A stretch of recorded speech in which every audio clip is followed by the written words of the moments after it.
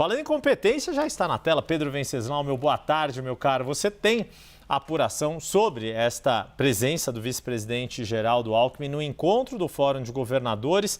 Toda uma discussão que já vem tendo ali, pelo menos, né, alguns governadores por iniciativa própria foram se mexendo tão logo o tarifaço foi anunciado. Desde semana passada a gente começa a ver uma articulação maior de governadores querendo algum tipo de reunião, mas esta presença de Geraldo Alckmin, do que você apurou, pode gerar um impasse com os governadores mais alinhados ao ex-presidente Jair Bolsonaro?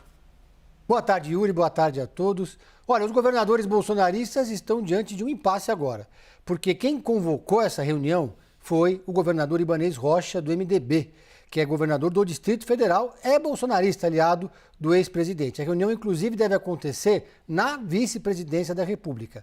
O governador pediu um encontro com Geraldo Alckmin, que é o interlocutor do Palácio do Planalto para as negociações com todos os setores empresariais.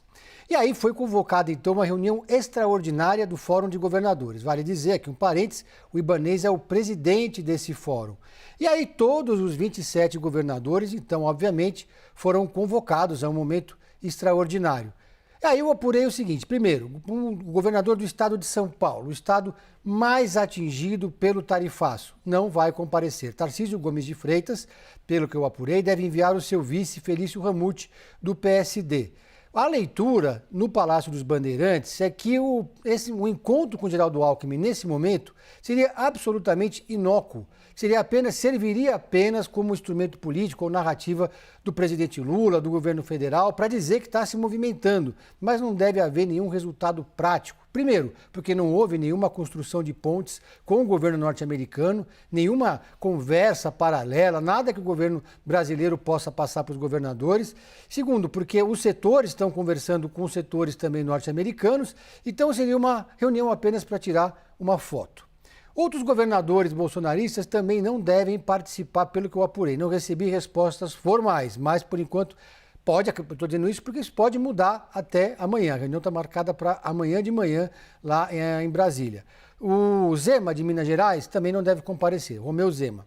E o Eduardo Leite, do Rio Grande do Sul, também não confirmou presença. Já o governador Ronaldo Caiado, de Goiás, que também é pré-candidato à presidência da República, já declarado, esse sim sinaliza que pode comparecer. Então a gente vê uma divergência de leitura política entre os governadores. Vale a pena participar do evento? Porque qual que é a questão que se coloca? De um lado você tem esses governadores que são alinhados com o bolsonarismo e temem que a participação de uma reunião com o vice-presidente da República possa passar uma imagem negativa para esse eleitorado, possa irritar Eduardo Bolsonaro e Paulo Figueiredo, por exemplo. Mas, por outro lado, há uma preocupação de que a ausência na reunião possa passar uma imagem ruim para os setores que estão prejudicados pelo tarifaço de Donald Trump, que deve ser colocado em prática depois dessa reunião, na sexta-feira.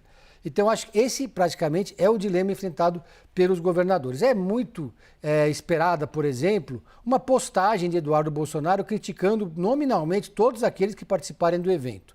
Porque Eduardo Bolsonaro tem atuado nos Estados Unidos para evitar qualquer tipo de conversa entre os Estados Unidos e Brasil que não passe por ele. Inclusive, está sabotando a reunião dos senadores brasileiros que foram para lá numa comitiva. Pedro Venceslau, muito obrigado por enquanto, meu caro. A gente volta a conversar já já.